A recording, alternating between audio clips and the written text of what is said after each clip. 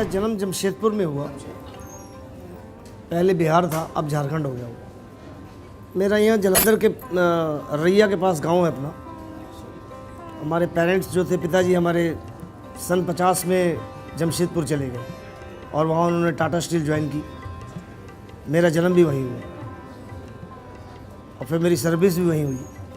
इस दौरान school life से ही बस गाने का शौक़ लगा और पहले मैं स्कूल में प्रेयर करता था तो लता जी का एक गाना था, तुम ही हो माता पिता तुम ही हो बंधु सखा तुम ही हो। ये मेरी लाइफ का पहला सॉन्ग था जो मैं प्रेयर करता था, बच्चे मेरे पीछे गाते थे। आस्ते आस्ते ऐसे हौसला बढ़ा।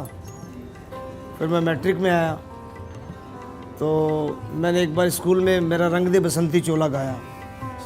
तो जिस स्कूल में मैं पढ़ा वो R D Tata higher secondary school था। तो बहुत सारे अफसरान भी सारे खुश हुए, जितने मास्टर थे वो खुश हुए और मेरा हौसला फिर बढ़ा। फिर मैंने कुछ दिन ऑर्केस्ट्रा में गाया और काफ़ी दिन गाया ऑर्केस्ट्रा में और अच्छा भगवान की कृपा से मुझे अनुभव हुआ। पर मेरी शुरुआत जो हुई वो गुरुवाणी तो मैं गाता ही था, शब्द पढ़ता ही था।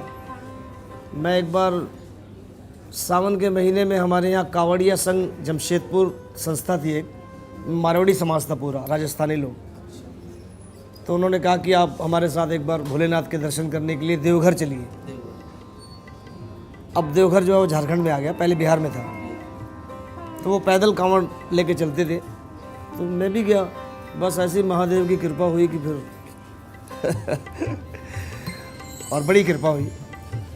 फिर मेरी गुलशन कुमार जी के भाई से मुलाकात हुई, उन्होंने फिर टी सीरीज़ में मेरे को बुलावा किया। फिर गुलशन कुमार जी से मैं मिला, बस फिर उनकी मेहरबानी हुई और उन्होंने फिर टाटा स्टील की मेरी सर्विस भी छुड़वा दी और वहीं बॉम्बे में सेट कर लिया।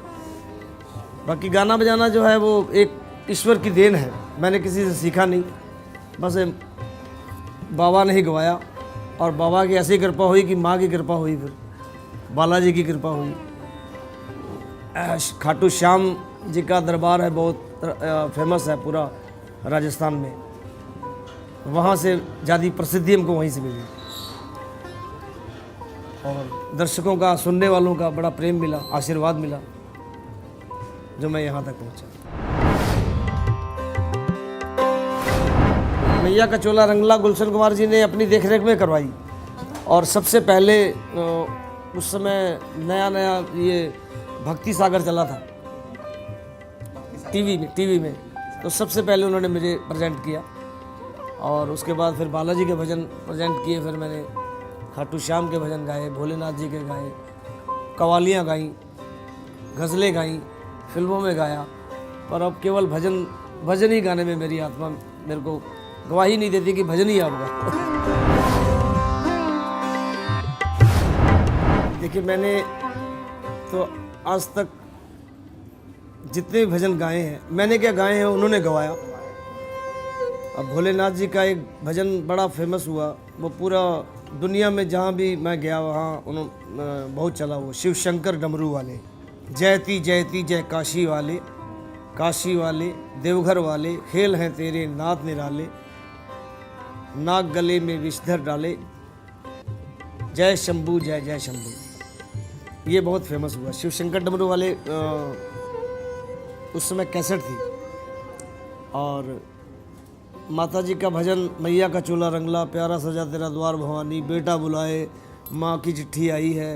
बहुत जितने भी गाए दर्शकों ने, सुनने वालों ने मुझे अच्छा प्रेम दिया और अच्छा रिस्पॉन्स दिया। और जो सबसे ज़्यादा दुनिया में बजा वो अरे द्वार पालो कन्हैया से कह दो वो बहुत बजा है। हाँ, उसमें मैंने कदम उठाया तो है। आगे जैसी माता रानी की कृपा होगी या दर्शकों का जैसे देखने वालों का प्यार मिलेगा। माँ पूर्णागिरी उत्तराखंड में टनकपुर एक स्टेशन है, उससे थोड़ी दूर पे एक तरफ गुरु नानक साहब का दरबार है, नानक मत्ता, और एक तरफ है रीठा साहब,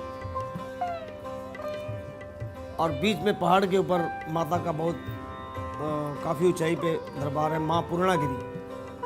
तो जैसा कि मुझे वहाँ से पता चला विद्वानों से, उन्होंने कहा कि माता जी की नाभि यहाँ गिरी थी, और जहाँ से वो मैं देख के आया हूँ, वहाँ पहाड़ के बीच में छेद है, वो सीधी शारदा नदी, जो भी आप डालेंगे शारदा नदी में जाएगा।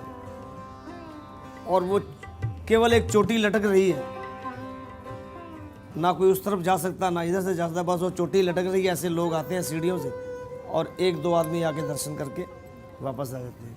तो मैं अच्छा प्रभावित हुआ वहाँ से, अच्छा लगा मेरे को बहुत। दिल को देखिए, जहाँ दिल को चैन मिले तो वहाँ चैन मिला आगे।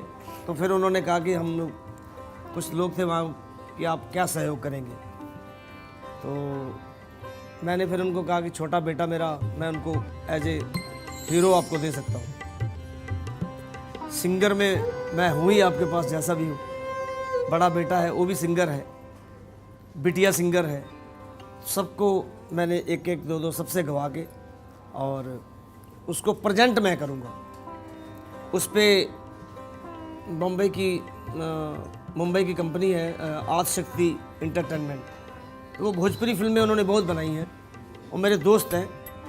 और जितनी भी सीडीज़ कैसेट मेरी निकली, उसमें म्यूज़िक उन्होंने दिया, दुर्गा नटराज।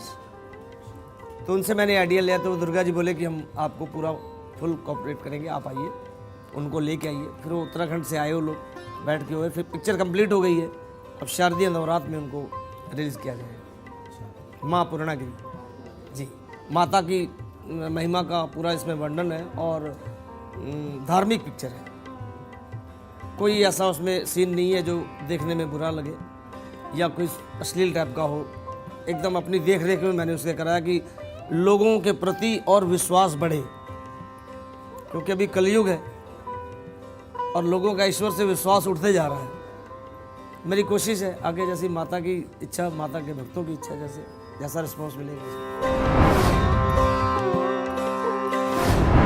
दर्शकों से मैं यही प्रार्थना करूंगा कि इसे एक बार ज़रूर देखें, बच्चों को दिखाएं, ताकि अपने बच्चों को पता चले कि हमारे पूर्वज कैसे रहे, या हमारी कथाएं कैसी हैं, हमारी कहानियाँ क्या हैं, हमारा देश क्या है, कैसे कैसे देवी देव यहाँ हैं, कैसे गुरु पीर यहाँ पर हैं।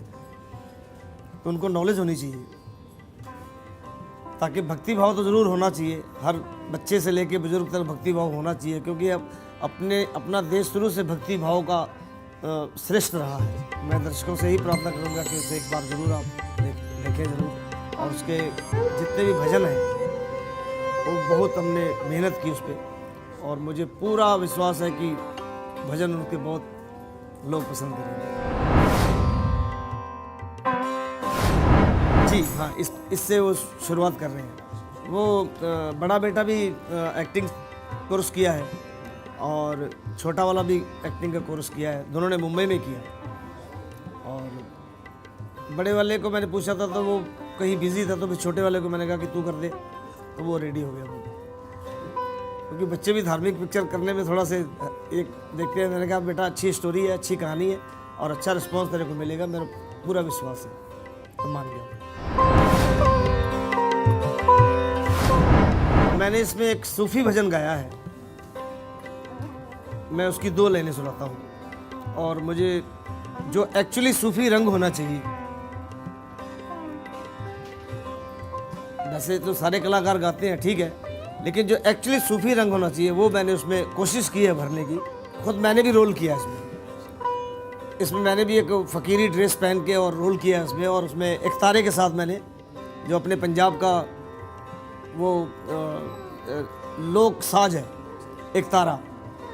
मैं पहले एक तारे के साथ भी बहुत गाया, मैंने पंजाबी सॉन्ग मैंने बहुत गाए, धार्मिक गीत बहुत गाए। इसकी 2 लाइनें मेरे को याद है, मैं सुना देता हूँ। अपने हिस्से की नेकियां वक्त के रहते कर ले, अपने हिस्से की नेकियां वक्त के रहते कर ले, वक्त कहीं ये बीत न जाए, वक्त कहीं ये बीत न जाए, कुछ तो वक्त डर ले, अपने हिस्से की नेकियां वक्त के रहते कर ले, अपने हिस्से की नेकियां वक्त के रहते कर ले। वक्त कहीं ये बीत न जाए कुछ तो वक्त से डर ले, अपने हिस्से की नेकियां वक्त के रहते कर ले।